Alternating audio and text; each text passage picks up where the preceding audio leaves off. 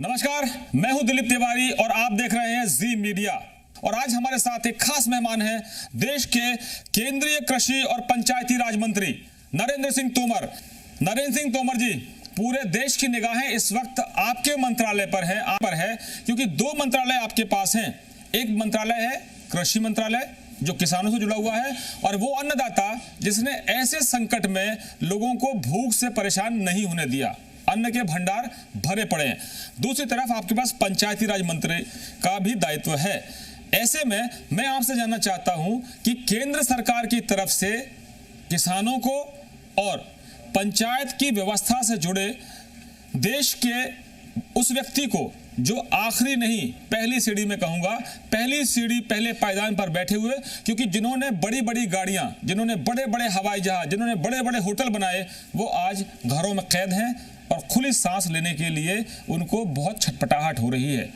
नरेंद्र सिंह जी, आपका संदेश खासतौर पर जय किसान और ऐसे लोगों के लिए जो जवानों की तरह सड़क पर उतरे हुए हैं मैदान में।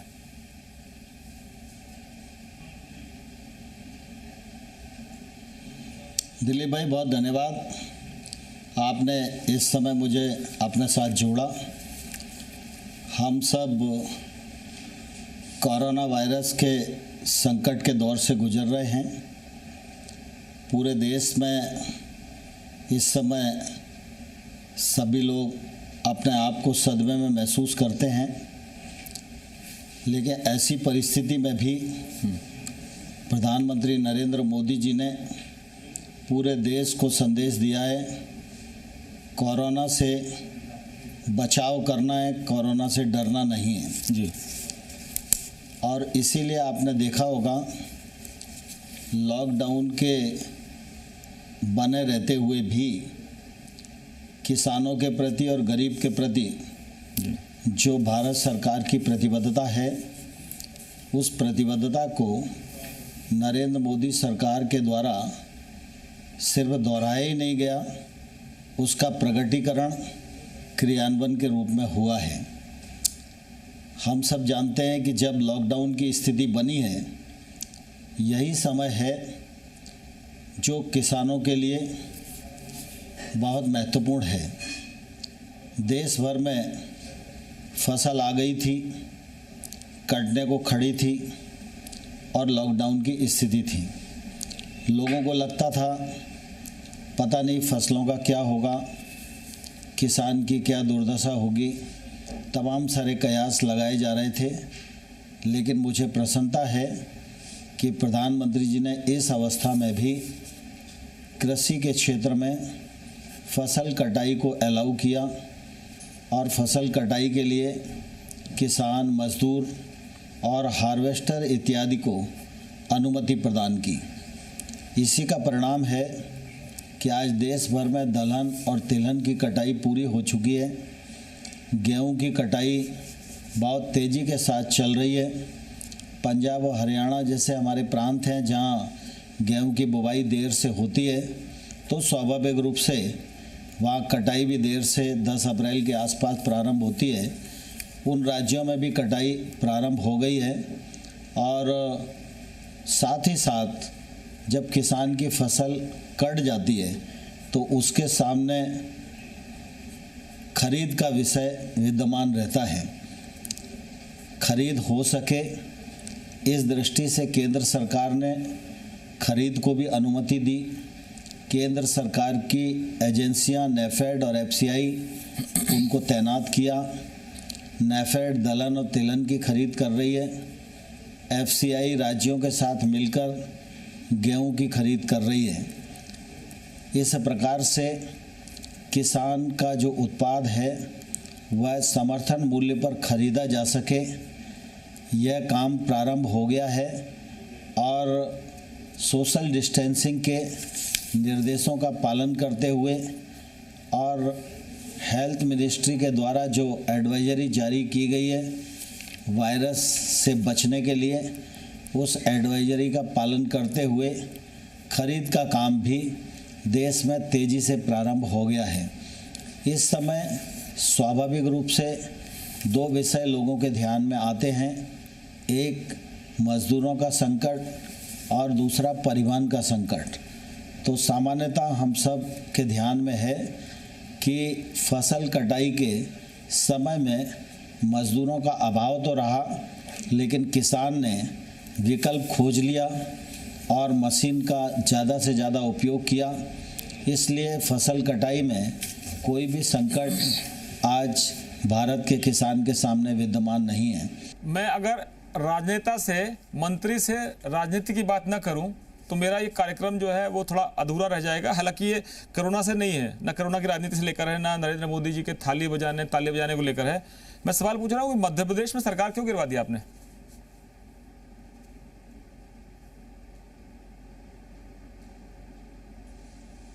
दिलीप भाई, आप पहले भी कई बार मुझे मिले हैं।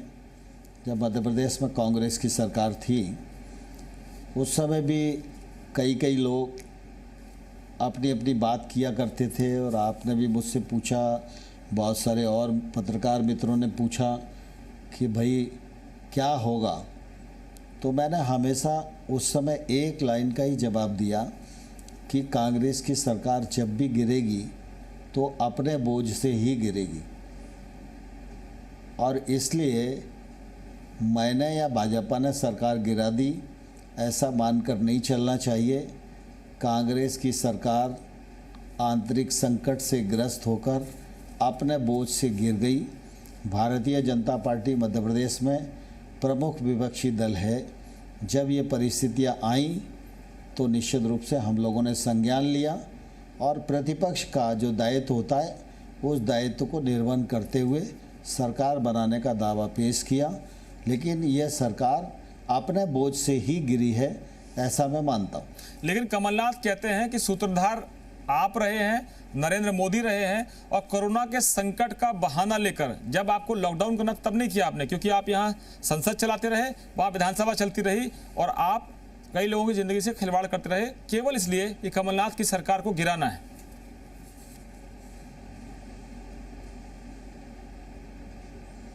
देखिए, कमलनाथ जी की सरकार को अगर गिराना होता तो आप देखेंगे जब चुनाव का परिणाम आया था तो वोट तो हम ही को ज़्यादा मिले थे और उस समय 3-4 विधायकों का अंतर था।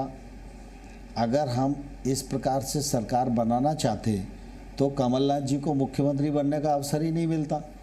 लेकिन हमने अपने नैतिक दायित्व को निर्वहन किया और कांग्रेस बड़ी पार्टी है तो उनके पास विधायक ज़्यादा हैं तो उनको सरकार बनाने का मौका मिलना चाहिए।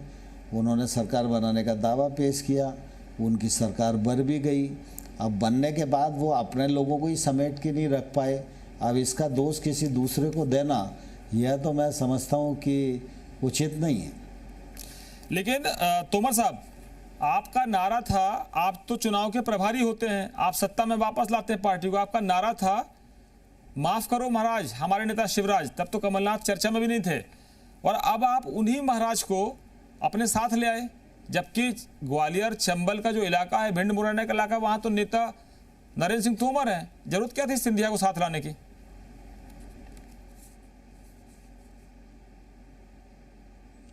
भारतीय जनता पार्टी कार्यकर्ता आधारित राजनीतिक दल है और विचार आधारित राजनीतिक दल है। भारतीय जनता पार्टी का ऐसा जहाज है जो विचार और कार्यकर्ताओं की चिंता करेगा, वो भारतीय जनता पार्टी के साथ रहेगा। हम हमेशा दल को सर्वस्पर्शी और सर्वव्यापी बनाने के लिए प्रयास करते रहते हैं। अगर दल का विस्तार होता है और कोई भी व्यक्ति भारतीय जनता पार्टी से जुड़ता है तो उसका स्वागत ही करना चाहिए। कि आपका बड़ा दावा था आपकी पार्टी का, पूर्व नेताओं का, चाल, चरित्र और चेहरा, पार्टी विद द डिफरेंस। अब तो चाल भी बदल गई, चरित्र भी बदल गया और चेहरा भी बदल गया। कांग्रेसी भी आपके लगने लगे हैं और आप भी कांग्रेसियों जैसे लगने लगे हैं।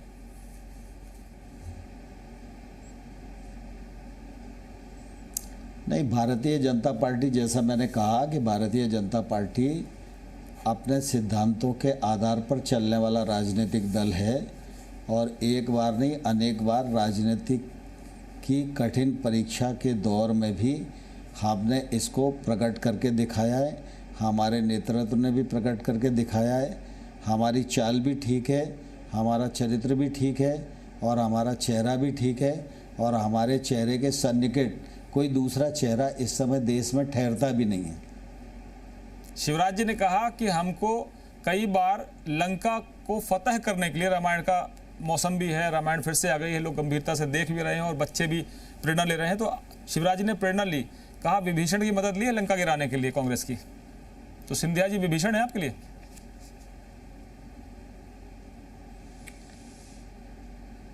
देखिए, लॉकडाउन का मौका है, इस समय लोग लॉकडाउन के निर्देशों का पालन करते हुए अपने घर में रह रहे हैं और मोदी जी को धन्यवाद दे रहे हैं कि लॉकडाउन में हम लोग घर में रहकर निश्चित रूप से इस समय द्वापर के भी दर्शन कर रहे हैं और त्रेता के भी दर्शन कर रहे हैं। भाई साहब, आपके लोग आपको भाई साहब कहते हैं, कमलनाथ जी को कहते थे जय जय कमलनाथ, यहाँ कह रहे हैं मामा माफ करो महाराज हमारे नेता शिवराज। 24 सीटों में चुनाव होना है, इलाका आपका है। लोग कह रहे थे कि अगर कोई मुख्यमंत्री बनेगा वो बनेगा जो ग्वालियर चंबल का इलाका जिताएगा। तो आप मुख्यमंत्री बनना नहीं चाहते क्या, या अभी सोच रहे हैं कि पहले इंतजार कर लेते, 24 सीटों का नतीजा आने दीजिए फिर देखेंगे? नाम आपका ही था सबसे आगे।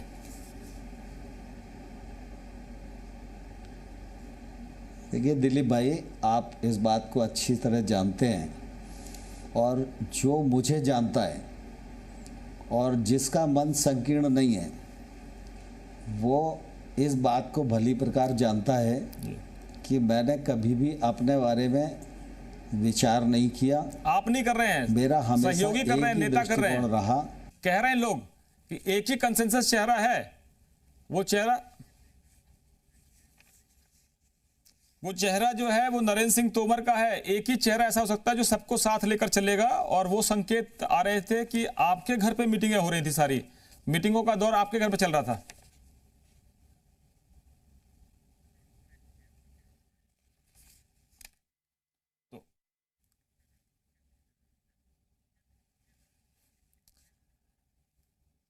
तो लगता है लंबा वक्त हुआ है और इस वक्त हम जो सवालों का जवाब ले रहे थे नरेंद्र सिंह तोमर से, थोड़ा हम राजनीति की तरफ लौट गए थे, क्योंकि मध्य प्रदेश की सरकार गिराने के जो सूत्रधार माने जाते हैं या जिनको पार्टी ने जिम्मेदारी दी थी, आगे जुड़ गए हमारे साथ। और मैं आपसे ये पूछ रहा हूँ तोमर साहब कि 24 सीटों पर चुनाव होना है, आप नहीं कह रहे हैं, आपने तो कभी दावा नहीं किया, पार्टी ने आपको सब कुछ दिया है, लेकिन जो आपके सहयोगी हैं, जो आपके समर्थक हैं, जो आपके जानने वाले हैं कि एक ही नेता है जो इस संकट में सबको साथ लेकर चल सकता है, वो है नरेंद्र सिंह तोमर। आप क्या कहेंगे?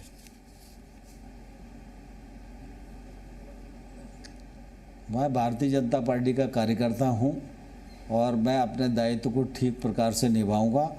जो उपचुनाव सामने हैं उसमें सब कार्यकर्ताओं को साथ लेकर पूरी मेहनत करेंगे और इन उपचुनावों को जीतेंगे, सरकार को बरकरार रखेंगे और आने वाले कल में मध्य प्रदेश को फिर से शीर्ष स्थान पर। कमलनाथ कह रहे हैं कि हम वापस आ रहे हैं, कमलनाथ कह रहे हैं हम वापस आ रहे हैं, 24 में से 20 हम जीतेंगे।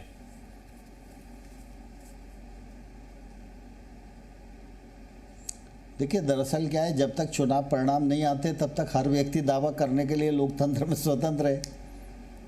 अब तो दावे शुरू हो गए मंत्रिमंडल को लेकर, सिंधिया समर्थक अलग, उसके बाद जो विद्य के नेता हैं, आपके विधायक हैं, वो कह रहे हैं हमारी ज़्यादा ताकत है क्योंकि हमने बीजेपी को यहाँ तक पहुँचाया है। तो आपके यहाँ भी लड़ाई है और शायद वो कह रहे हैं कि जब सिंधिया समर्थकों में और बीजेपी में झगड़ा शुरू होगा तो बिल्ली के भाग से फिर छीका टूटेगा और उनके पास जाएगा। जो आपने किया वो उसका इंतजार कर रहे हैं।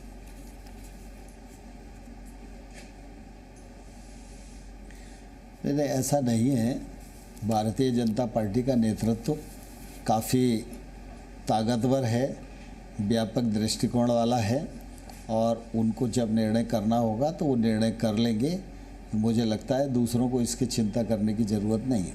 आपकी पार्टी तो चौकीदारों की पार्टी है। प्रधानमंत्री कहते हैं मैं चौकीदार हूँ, आपके मुख्यमंत्री कहते हैं मैं चौकीदार हूँ, आम आदमी हूँ, और आप महाराज को ले आए। महाराज को दिल से लगा लिया आप लोगों ने या अभी गले ही बस लगे हैं, दिल नहीं मिले?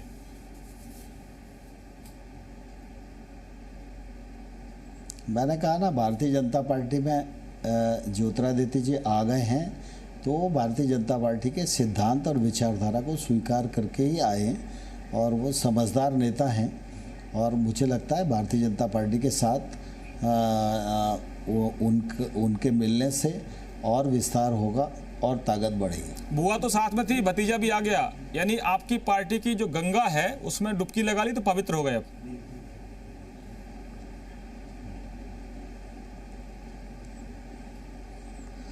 अब गंगा तो गंगा ही है, अगर भाजपा गंगा है तो कोई डुबकी लगाएगा तो शुद्ध हो ही जाएगा, इसमें क्या दो राय। अगर चुनाव के बाद स्थितियां बनी और आपको कहा पार्टी ने कि आइए तोमर साहब संभालिए, तैयार हैं?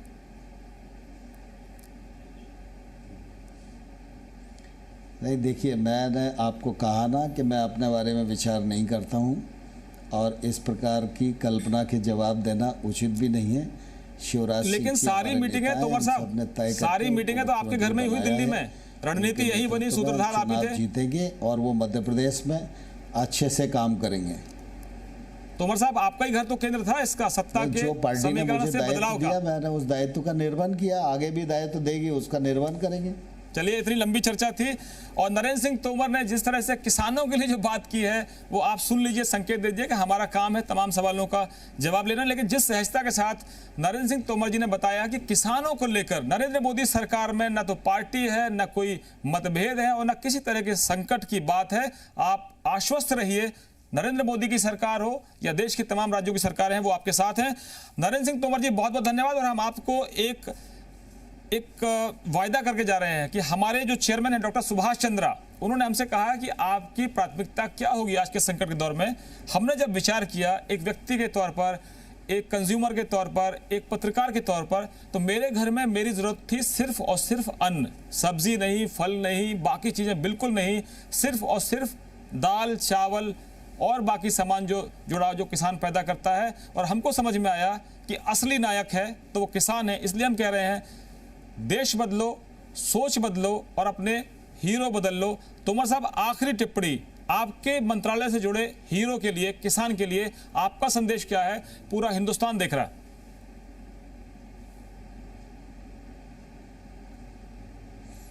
मैं आपके माध्यम से सभी किसान बंधुओं को कहना चाहता हूं कि आने वाले कल में मौसम परिवर्तन का संकट हम सब लोगों के सामने है।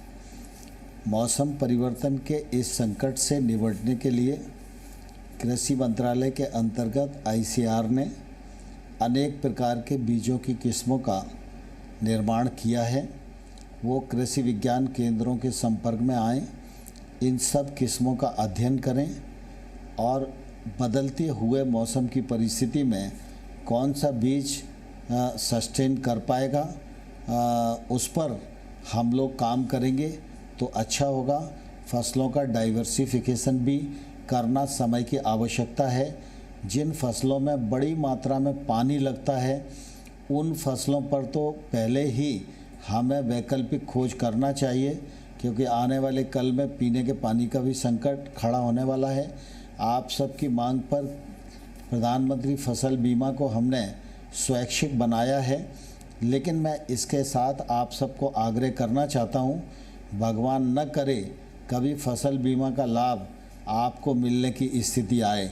मैं ईश्वर से कामना करता हूँ कि किसान के परिश्रम पर कभी भी प्रभु नाराज ना हो, कभी प्राकृतिक आपदा ना आए, कभी प्रधानमंत्री फसल बीमा का लाभ लेने की स्थिति ना आए। लेकिन कभी दुर्भाग्य से ऐसी स्थिति आए तो उससे निपटने के लिए हम सब लोगों के पास प्रधानमंत्री फसल बीमा का एक अस्त्र है। उसमें आपको 1.5 और 2% खरीफ और रबी की फसल पर मात्र प्रीमियम देना है, लेकिन कभी मुसीबत आएगी तो ये फसल बीमा एक बड़े सुरक्षा कवच के रूप में आपके काम आएगा। और दूसरा, मैं आप सबसे आग्रह करना चाहता हूँ कि सॉयल हेल्थ कार्ड, इसको मिशन मोड पर प्रधानमंत्री नरेंद्र मोदी जी ने चलाया। देश में 11-12 करोड़ किसानों को यह कार्ड वितरित भी किए गए, लेकिन एक बार वो कार्ड आपको मिल गया है उससे काम नहीं चलेगा। जिस प्रकार से हमको घर में बुखार आता है और हम ब्लड टेस्ट कराते हैं तो डॉक्टर ब्लड टेस्ट करने के बाद बोलता है कि आपको मलेरिया है, तो क्लोरोक्विन की 2 खुराक खाते हैं और हम स्वस्थ हो जाते हैं। ठीक इसी प्रकार का महत्व सॉयल हेल्थ कार्ड का है। अगर हमारी मिट्टी का स्वास्थ्य हमें ध्यान में रहेगा, उसकी एडवाइजरी को हम मानेंगे तो हम अपना उत्पादन भी बढ़ा सकेंगे और हम अपने खेत की उत्पादकता भी बढ़ा सकेंगे, यूरिया को कम कर सकेंगे, पानी की खपत कम करेंगे तो लागत में भी कमी आएगी। और दूसरा मैं आप सबको आग्रह करना चाहता हूँ इस मौके पर कि जब कोरोना वायरस संकट चल रहा है, इसमें आरोग्य सेतु जो ऐप है उसको आप डाउनलोड करिए। आने वाले कल में इस कोरोना को ट्रैक करने के लिए सबसे अच्छा साधन है। जिन लोगों ने डाउनलोड नहीं किया हो वो आज ही डाउनलोड करें और उसका जो फॉर्म है उसको भरें और उसको रोज़ चेक करें। अगर कोई भी अगल बगल से ऐसा व्यक्ति आपके निकलेगा जो इस कोरोना वायरस से संक्रमित होगा तो आपको उस ऐप से मालूम पड़ जाएगा, तो आप उसको भी ट्रैक कर सकते हैं और अपना इलाज भी करा सकते हैं। इसलिए आरोग्य सेतु ऐप को भी हम लोग उपयोग करें, ऐसा आप सब से मेरा हाथ जोड़कर निवेदन है। बहुत बहुत धन्यवाद। तोमर साहब, हमने कहा सोच बदलो, देश बदलो, अपना हीरो बदल लो, और मैंने व्यक्तिगत तौर पर अपना हीरो बदल लिया है, क्योंकि मेरे हीरो मेरे परिवार के लोग थे जो किसान हैं, और मैं उनको हीरो इसलिए मानता हूं कि उन्होंने हमको पढ़ा लिखा के यहाँ तक भेज दिया, वही किसानी करके। आपने अपना हीरो चुना क्या तोमर साहब?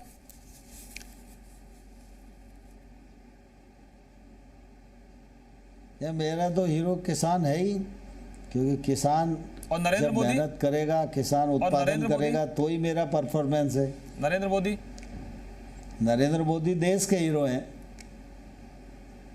चलिए, बहुत शुक्रिया। मोदी जी देश के हीरो हैं जी। तोमर साहब, बहुत शुक्रिया। शामिल हैं। हमने आपका लंबा समय इसलिए लिया ताकि हिंदुस्तान के किसान को हम वक्त देना चाहते थे और कृषि मंत्री को वक्त देना चाहते थे। उनका वक्त हमने इसलिए लिया कि आपको सुनकर लोग आश्वस्त होंगे कि आप नरेंद्र मोदी के बिहाफ पर, उनकी कैबिनेट के बिहाफ पर या उनके एजेंडे के हिसाब से आप देश के सामने बात रख रहे हैं। तमाम कृषि मंत्री सुन रहे होंगे, तमाम नेता भी सुन रहे होंगे, और मैं आपको आश्वस्त करना चाहता हूं कि जी मीडिया में हम, चाहे वो हमारा जी मध्य प्रदेश छत्तीसगढ़ हो, पंजाब हरियाणा हिमाचल हो, जम्मू कश्मीर का हिस्सा हो, यूपी उत्तराखंड का हिस्सा हो, या हमारे तमाम चैनलों को देखने वाले, जी मीडिया के चैनल्स को देखने वाले दर्शक हो, उनके जरिए हम आपको ये बताना चाहते हैं कि हमारा जो है ज़्यादा से ज़्यादा वक्त किसानों को समर्पित है, गरीबों को समर्पित है, भूखे लोगों को समर्पित है, और उन लोगों को समर्पित है जिनकी नौकरियां इस संकट में गई हैं। बहुत शुक्रिया तोमर साहब, आज तक मैंने इतनी लंबी बातचीत आपसे नहीं की थी, और ये मेरे लिए ज़रूरी भी है, मजबूरी भी है, और आपके लिए भी ये वक्त है कि आप देश को इतना वक्त दे रहे हैं। बहुत धन्यवाद आपका जी मीडिया से बातचीत करने के लिए, और हम उम्मीद करते हैं कि आपकी बात पूरे हिंदुस्तान तक जाएगी। बहुत बहुत शुक्रिया तोमर साहब। तो आपने सुना, देश के केंद्रीय कृषि मंत्री और पंचायत